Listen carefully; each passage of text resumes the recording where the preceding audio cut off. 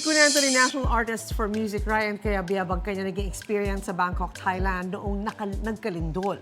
Sa kanyang Instagram post, shinare ng maestro na kasama sila ng kanyang misis sa nakaranas ng malakas na lindol sa Thailand. Mula sa pag-akyat sa kanilang hotel room hanggang sa pag-book ng kotse papuntang airport, pahirapan daw. Sa kabila ng nangyari, malaki ang pasasalamat ni Mr. C sa hotel staff na very professional sa pag-aasikaso sa kanilang guests. Ligtas na sila nakauwi sa Pilipinas ng kanyang asawa.